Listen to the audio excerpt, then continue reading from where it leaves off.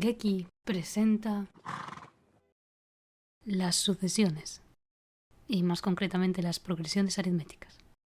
Como no quiero limitarme solo a poner las fórmulas, lo que vamos a hacer es un proceso en el que vamos a partir como si no tuviésemos ni idea de la fórmula hasta que lleguemos a ella. Pero primero vamos a definir qué es una sucesión. Una sucesión es un grupo ordenado de números, y por ordenado no es que estén de mayor a menor, sino que están colocados en un cierto orden. Uno va de primero, otro va de segundo, otro de tercero, y así podríamos seguir hasta el infinito. Un ejemplo sería 1, 3, 6, 10, 15 y 21. Puntos suspensivos. Los puntos suspensivos es que podríamos continuar. En esta sucesión obtenemos el segundo número sumándole 2 al primero, el tercer número se obtiene sumándole 3 al segundo, después 4, 5, 6, y podríamos seguir añadiendo números siguiendo esta lógica. A cada uno de estos números los llamamos términos. El número en la primera posición es el primer término o término 1. El que está en la segunda posición sería el segundo término o término 2. El que está en la tercera posición sería tercer término o término 3. El de la cuarta posición, cuarto término o término 4. Y así podríamos seguir indefinidamente. Pero creo que así se entiende. Pero claro, escribir todas estas palabras es un poco rollo, ¿no? Se gasta mucha tinta y necesitas muchos segundos.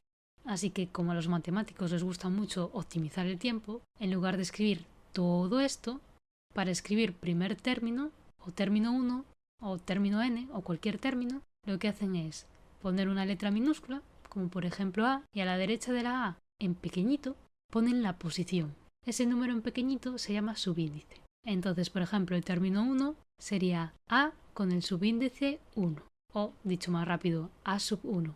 El término n sería A sub n. Ahora que sabemos lo que es una sucesión, vamos a aprender a diferenciar un tipo concreto de sucesión dentro de este grupo, que serían las progresiones aritméticas de orden 1. Pero bueno, vamos a dejarlo por el momento en progresiones aritméticas. Estas progresiones son en las que cada término, menos el primero, se obtiene sumándole al anterior el mismo número, como es el caso de 10, 15, 20, 25, 30, puntos suspensivos. Si os fijáis, cada término se obtiene sumándole al anterior 5, menos el primero porque es con el que iniciamos. Pero 15 es 10 más 5, 20 es 15 más 5, 25 es 20 más 5, 30 es 25 más 5. Así que siempre que nos encontremos un caso así, en el que se sume todo el tiempo el mismo número, será una progresión aritmética. Y este valor, que es constante, lo llamamos diferencia. Porque diferencia es una forma de decir resta. Así que la diferencia entre 15 y 10 es 5. De ahí el nombre. También sería una progresión aritmética si siempre restamos el mismo número. ¿Y por qué no se ha incluido esto en la definición? Porque al final restar es lo mismo que sumar un entero negativo, como por ejemplo menos 3, que es el caso de esta sucesión. 11, 8, 5, 2, menos 1, menos 4, etc. Vemos que el segundo término se obtiene sumándole al primero menos 3, el tercero sumándole al segundo menos 3 también. Y como otra vez siempre el mismo valor, pues entonces en este caso nuestra diferencia sería menos 3. Vamos a escribir ahora otra progresión aritmética, como por ejemplo 2, 4, 6, 8, 10, etc. Vemos que el término siguiente lo podemos calcular sumándole al anterior 2. Ahora si os pregunto, ¿cuál es el tercer término de esta progresión? ¿Sabríais decirlo? Simplemente tenemos que contar, ¿no? Este sería el primero, este sería el segundo y este el tercero. Así que el tercer término es igual a 6. Y el séptimo, tendríamos que contar otra vez, ¿no? Primero, segundo, tercero, cuarto, quinto. Nos faltan otros dos, ¿no? Pero como sabemos que podemos obtener el siguiente sumándole 2, simplemente habría que escribirlo. 10 más 2, 12. Este sería el sexto. Nos falta otro más. 12 más 2, 14. El séptimo término sería 14. Pero, ¿qué pasaría si ahora os preguntase por el término, no sé, 485? ¿Cómo lo calcularíais? Sería una locura escribir tantos términos. Así que tendremos que buscar otra forma. Vamos a reflexionar. Sabemos que el segundo término es el primero más 2. El tercer término es el segundo más 2. pero el segundo término habíamos dicho que era el primero más 2. Así que podemos reescribirlo como que el tercero es el primero más 2 por 2. El cuarto término sería el tercero más 2, pero el tercero ya habíamos dicho que era el primero más 2 veces 2, así que podríamos escribir el cuarto como el primero más 3 veces 2.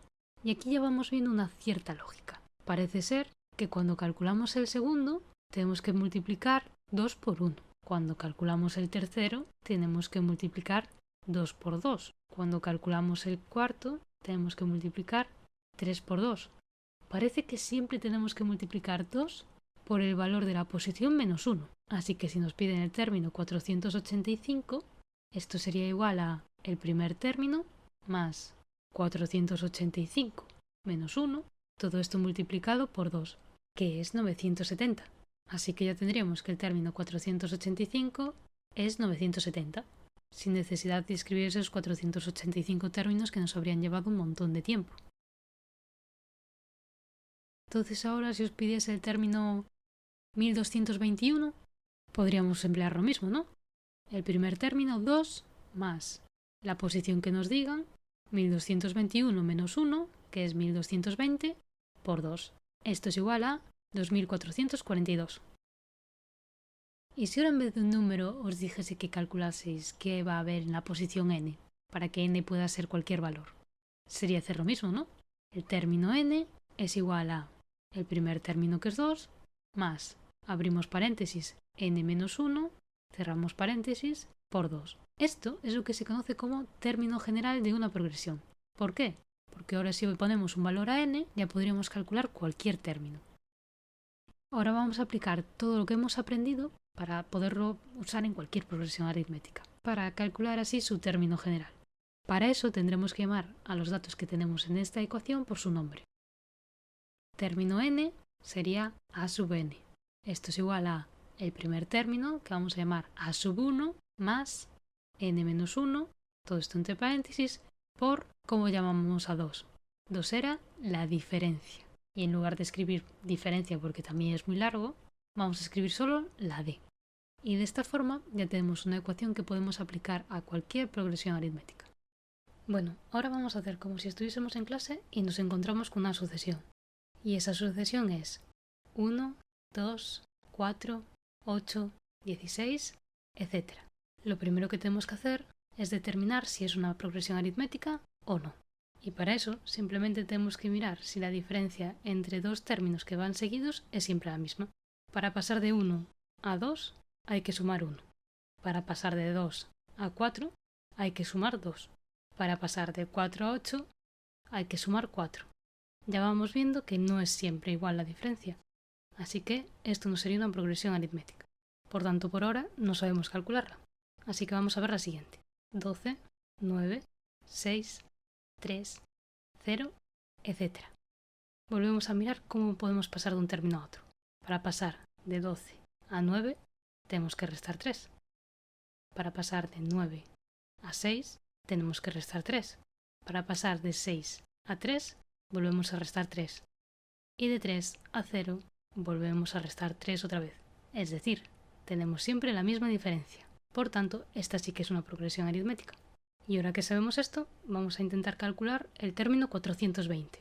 Aunque ya antes obtuvimos la fórmula para calcular cualquier término de una progresión aritmética, vamos a hacer otra vez como si no lo supiésemos. Entonces empezamos.